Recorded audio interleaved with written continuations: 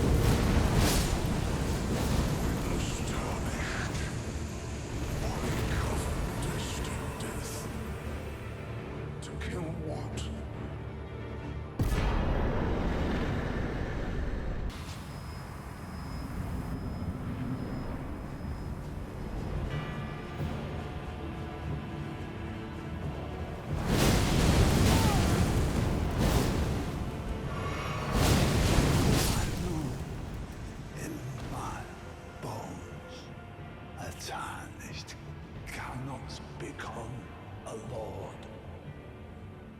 Not even you. A man cannot kill a god.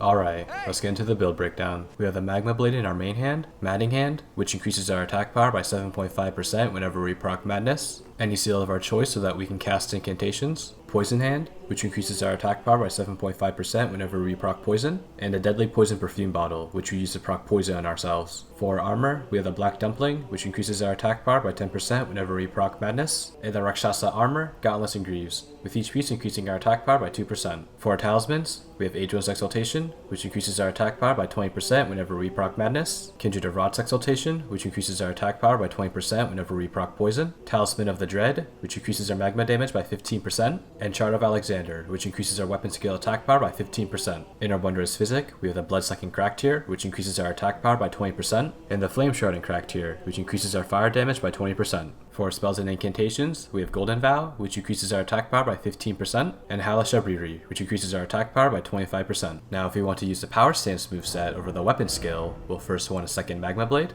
Raptor's Black Feathers, which increases our jump attack damage by 10%, Millicent's Prosthesis, which raises our successive attack power by 4, 6, and 11%, Rotten Winged Sword Insignia, which raises our successive attack power by 6, 8, and 13%, and finally, instead of the Flame Shrouding Crack tier, we have the Thorny Crack tier, which raises our successive attack power by 9, 13, and 20%. Now regardless of the setup that you end up using, the buffing sequence is still the same. First use Golden Vow, followed by Halash Abriri until you're about 1 use away from proccing Madness.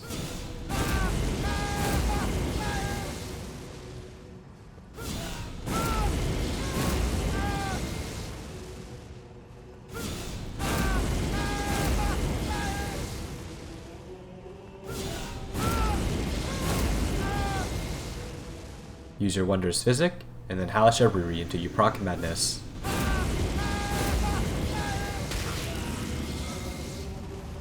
Swap weapons and use the weapon skill, the Deadly Poison Perfume Bottle. You are all set. Now if you really want to break the game, and this is the setup I use for the Consort Radahn fight, we have a weapon infused with the Seppuku Ash of War, Lord of Blood's Exaltation, which increases our attack power by 20% whenever we proc Bleed, Blood Boil Aromatic, which raises our physical damage by 30%, Sacred Bloody Flesh, which raises our physical damage by 7%, and then by another 18% whenever we proc Bleed, and Rami Dumpling, which procs Poison and restores our HP. We have a weapon infused with the Raptor the Mist Sash of War in our weapons inventory, we have the White Mask and Mushroom Crown in our armors inventory, and we have Millicent's Prosthesis, Talisman of the Dread, and Claw Talisman in our talismans inventory. To buff, First use Golden Vow, followed by Hellish Uproar until you're about 1 use away from proccing Madness.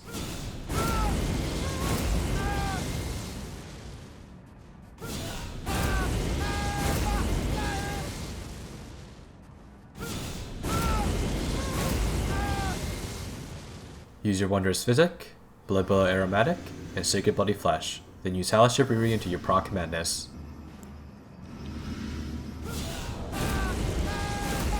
Swap the Black Dumpling for the White Mask and the Matting Hand for any weapon infused with a Raptor the Mist Ash of War. Use Seppuku and then swap the White Mask for the Mushroom Crown and eat a raw meat dumpling.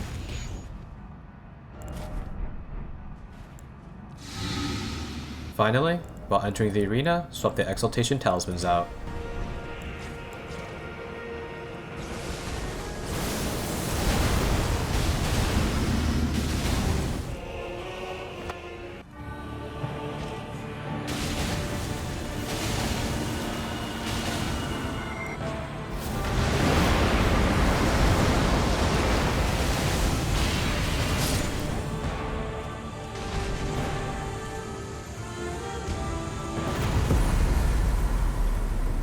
Thank you guys for sticking until the end of the video.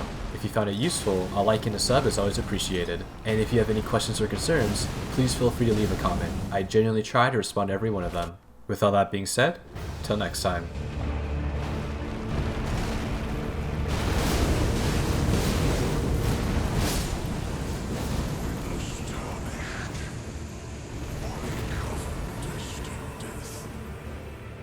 To kill what?